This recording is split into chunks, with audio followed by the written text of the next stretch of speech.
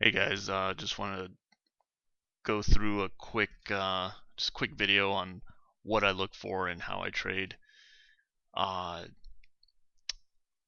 I use some people have asked me why do I buy usually when the stock is running higher after like buying breakouts. And here's a perfect example. I don't have a chart up since it's just a quick video, but on Thursday I put in an order for VIPS. And this is a paper trade account. I'm just working on a new methodology of having trades engage automatically. That way I don't have to sit there and watch it. But basically, I don't know if this shows it, but basically here, where you see it highlighted, I got a trigger here set for the VIPS options, the June 14th 175 calls. If the stock goes above 175.17, the actual high is 175.16, but I just kind of put 17 to make sure it's a legit breakout. Which, I mean, it's never a for sure thing, but it could retrace. Have a good to cancel, so whenever it engages, it automatically buys 4 contracts at the market price. With paper trading, you have to just buy at the ask and sell at the bid, so it makes it a lot harder to to make profit.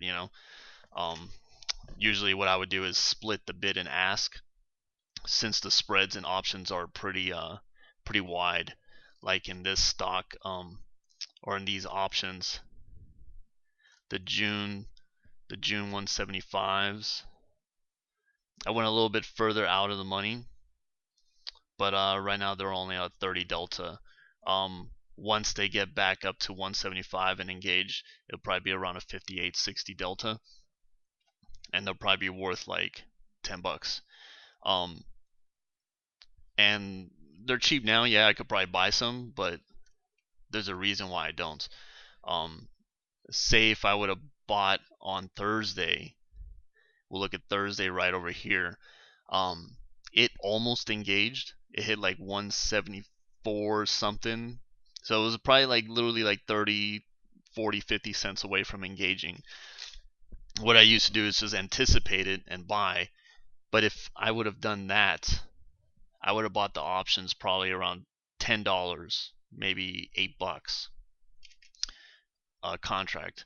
And right now they would be worth $4 a contract. That's literally a 50% loss if I would have held. And I'll show you why. See, almost engaged, didn't engage my target, pulled back, and Friday just nearly hit 160. I would have held through all this because I would have had my stop would have probably been like 160 area right over here, just this low, the last lower low, before I started trading higher. I would have tried it engaged here. This is Thursday's candle. I would have tried to engage here. Would have failed to break out. Retraced all the way down to the stop. I'm actually kind of tempted to buy some here and set my stop at 160, but but I mean this could just chop around for a while. So what I'm gonna do is just stick with my plan and wait for it to engage at 175.17. And that's just kind of like just showing you what I look for stocks to engage. Um, and I've been getting this month. Actually, this month I'm up 2,300 in my virtual trading account. But when I started out earlier this year, I was just kind of messing around with the virtual trading account, so it was actually down like 3 Gs for the year, um, because I was just testing different strategies and just kind of playing a little large in them. So I had some big loss here. But this month I went back to paper trading my standard size per trade, which is usually like $2,000 to $3,000 a trade, and then I just scale out of it. So that's what I'm doing here. Like you can see my cost basis in a lot of my trades are around 2 grand to 3. Some are a little lower because I've already scaled out. And then so right now I'm up 2,300. So in actuality, I probably made close to 5Gs this month, which I'm kind of pissed because I should have just traded my real account. But since the market's been really choppy, uh, I just didn't want to. I didn't want to risk it. Plus I want to try this new strategy and get this working. So I'll probably do this for a good 6 months. That way I just set my orders like the night before, and then have my target set. And literally when I'm driving to work, if they engage, they engage, and then I just set my stop from there, and then and I really don't have to watch it, and then just check it every once in a while on my phone, scale profits, and it's all good. I don't have to sit in front of a computer, no monitor. I can concentrate on other things in life, and that is the plan. So I just want to kind of give you guys a glimpse into my methodology here on why I wait for stocks to engage on my price target. And it's just very important to have stops and just kind of have set risk and defined entries, high probability trades. Um, I'm actually learning from another trader. He's called FitStocks.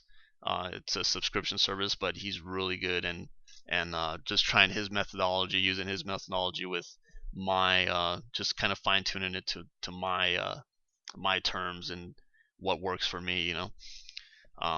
Yeah, because past couple months, I would play like weekly Apple calls, and it was stressful. I mean, like, you watch a trade and it just kind of just you look for quick plays, quick scalps, and it's just kind of it just gets tiring. I don't have time to sit there and watch it. So hopefully this works out for me. I'll probably try it for like a good 6 months, at least 3 months before jumping back in. I want to make sure this works, and then I'll just keep you guys updated, see where I end up, see how it works. All right, thanks.